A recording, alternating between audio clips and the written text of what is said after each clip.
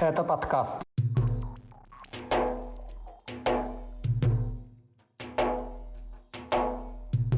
В парламенте Украины создали объединение «Свободная Ичкерия». СМИ сообщают об уничтожении базы кадыровцев. Отряд баталхаджинцев отправлен на войну. Конфликт силовиков в Чечне привел к рейдам и задержаниям, а в вузах Дагестана ищут студентов призывного возраста. Об этом и не только в 110-м выпуске подкаста «Кавказ. Реалии». О главных событиях Северного Кавказа за неделю вам расскажу я, Катя Филиппович. Привет! Межфракционное депутатское объединение «Свободная Ичкерия» появилось в Верховной Раде Украины. В него на данный момент входят 12 депутатов из фракции «Слуга народа», «Голос», «Европейская солидарность». Они взаимодействуют с недавно созданным во Франции движением чеченской диаспоры «Единая сила». Об этом на своей странице в Фейсбуке рассказал председатель комитета по вопросам внешней политики и межпарламентского сотрудничества, вице-президент Парламентской ассамблеи Совета Европы Александр Мирешко. Принципами объединения он назвал, цитата, «признание суверенитета Ичкерии, которая оккупирована Россией, признание нелегитимности власти Рамзана Кадырова в Чечне и признание геноцида чеченцев». Конец цитаты. Парламентарий подчеркнул, что с инициативой создания объединения выступили сын бывшего президента непризнанной Чеченской республики Ичкерия Анзор Масхадов и председатель движения «Единая сила» Джамбулат Сулейманов. Вот что Сулейманов рассказал редакции «Кавказ. Реалии». Президент Украины Зеленский поручил парламенту выстроить именно формат взаимоотношений с чеченской стороной. Исходя из этого, то, что именно Верховная Рада сегодня заявила о создании межфракционного объединения «Свободная Ичкерия», это именно те механизмы, которые должны были быть задействованы в этой ситуации. И что интересно, они заявили о том, что будут взаимодействовать именно с «Единая сила» — то, что мы создали во время нашего съезда здесь, под Парижем. Сулейманов добавил, что работа диаспоры по налаживанию контактов с представителями других стран шла многие годы и сейчас дает свои результаты. Напомним, в октябре Верховная Рада Украины приняла постановление о признании Чечни временно оккупированной Россией территорией, а также осудила геноцид чеченского народа. За постановление проголосовали все 287 присутствовавших депутатов. В России предусмотрена уголовная ответственность за обсуждение возможного отделения субъектов страны. Все последние месяцы территорию Украины защищают в том числе чеченские добровольческие батальоны, в их рядах покинувшие родину сторонники непризнанной Ичкерии.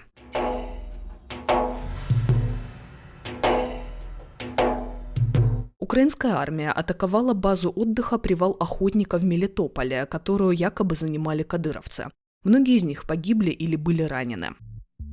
Об этом сообщает издание РИА Мелитополь. Издание опубликовало видеозапись одного из российских военных, которую он снял сразу после удара.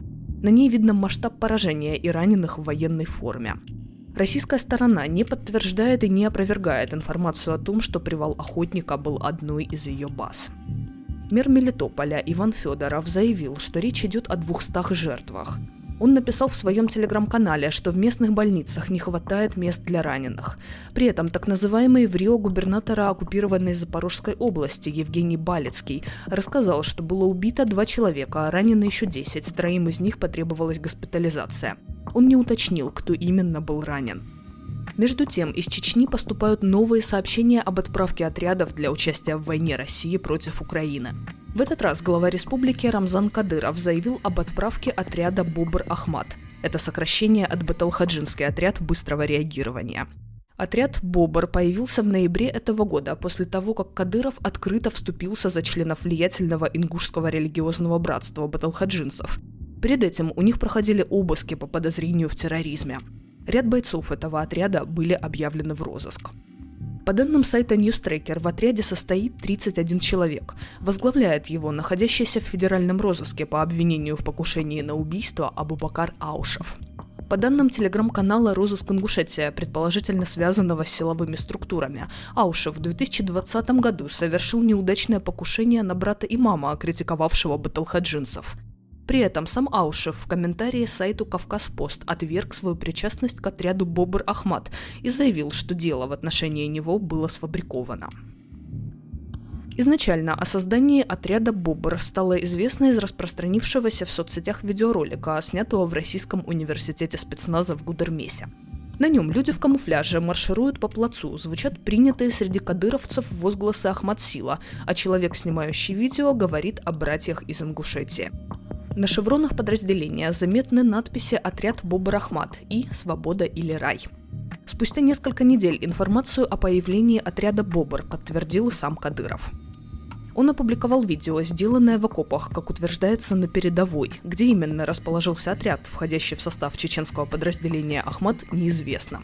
Также неизвестным остается, связано ли внимание силовиков к баталхаджинцам и создание отряда.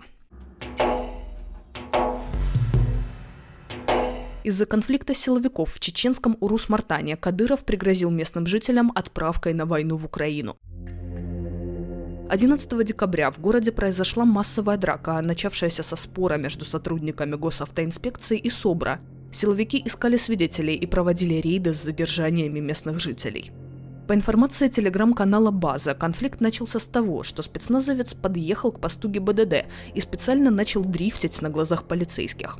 После перепалки силовик дал пощечину одному из сотрудников ГАИ, а тот в ответ стал стрелять в землю, сообщал телеграм-канал СКФО «Таймс». В конфликт вмешались прохожие, они вступились за сотрудника СОБРа и снимали инцидентное видео. В официальной версии, которую опубликовало Госагентство «Чечня сегодня», говорится, что жители Урус-Мартана агрессивно отреагировали на требования сотрудника ДПС соблюдать правила дорожного движения. Об этом инциденте редакции «Кавказ Реалии» рассказал политолог из Чечни, председатель Ассамблеи народов Кавказа Руслан Кутаев. Это исключительно бытовой конфликт, там никакой идеологии нету, это просто реагирует на беспредел власти в Урус-Мартане, то, что произошло, и демонстрации силы, там этот полк пригнали, там полк имени Кадырова, батальон такой-то, дивизию такую-то, это демонстрации силы.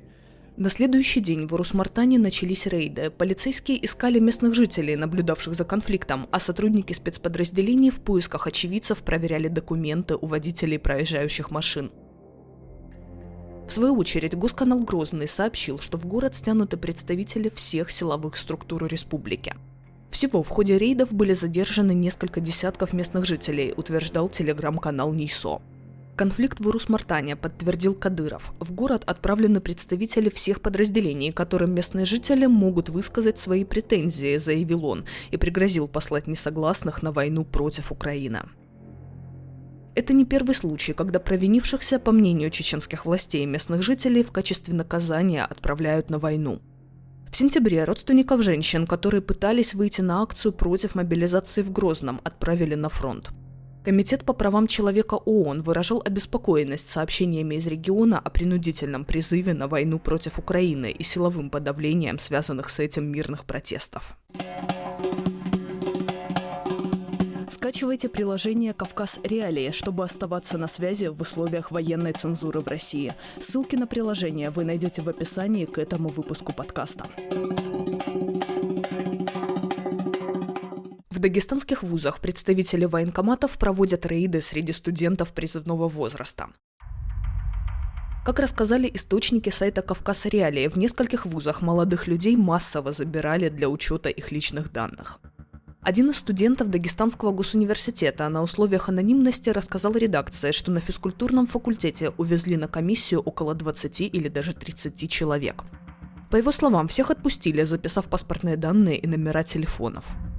Проверки подтвердила и преподавательница Дагестанского государственного педагогического университета. Ее имя не называется из соображений безопасности. По ее словам, помимо личных данных, у учащихся выясняли отношение к войне в Украине. В Дагестанском педагогическом и техническом университетах, а также в сельхозакадемии корреспонденту «Кавказ Реалии» отметили, что у них не проводилось никаких проверок и рейдов.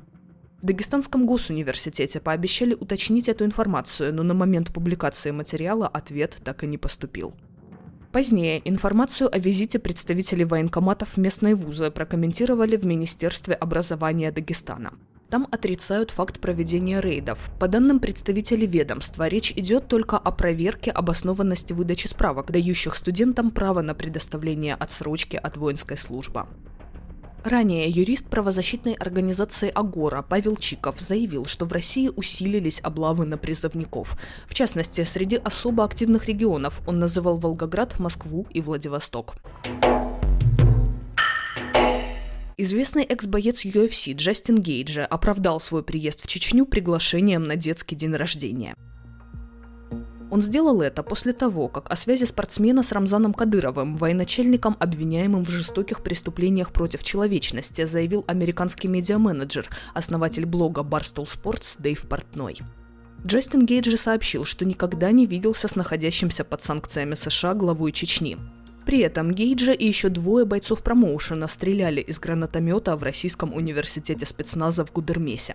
На этой базе готовят так называемых добровольцев для отправки на войну против Украины. Гейджи, а также экс-чемпион в полусреднем весе Камару Усман и экс-чемпион в легчайшем и наилегчайшем весе Генри Сихуда прилетали в Грозный в ноябре. Даты их приезда совпадают с днем рождения 3-го по старшинству сына главы Чечни. Адаму Кадырову в этом месяце исполнилось 15 лет. О том, что американские бойцы приехали именно к нему, писал оппозиционный телеграм-канал НИСО. Другой сын Кадырова, Эли, опубликовал в Инстаграме видеозапись совместного сальто с Гейджи. Только встречей с сыновьями главы Чечни программа визита спортсменов не ограничилась. Их также отвезли на полигон Российского университета спецназа, где дали пострелять из пулемета и ручного гранатомета. Видеозапись на своей странице выложил Кадыров, отметив, что бойцы якобы сами пожелали посетить университет. В телеграм-канале Кадырова с начала полномасштабного российского военного вторжения были опубликованы десятки постов об отправке с этой базы новых групп наемников. Визит бойцов UFC в Чечню прокомментировал Госдепартамент США. В комментарии порталу MMA Junkie в пресс-службе Госдепартамента заявили, что гражданам США рекомендуется избегать посещения России. Будут ли предприняты какие-либо меры по отношению к бойцам UFC, спикер не сообщил. Руководство лиги также не комментирует случившееся. По данным New York Times, Кадыров стал больше использовать бойцов UFC, в том числе американских граждан, для собственного пиара.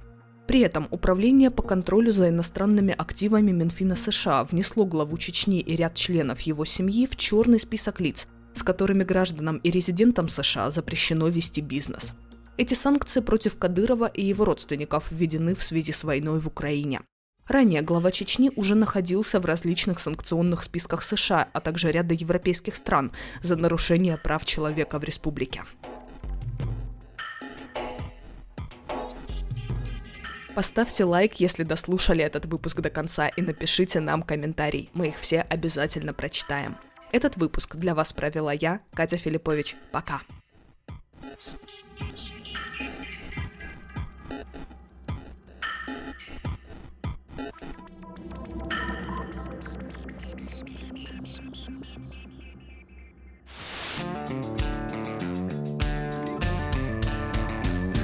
Студия подкастов «Радио Свобода».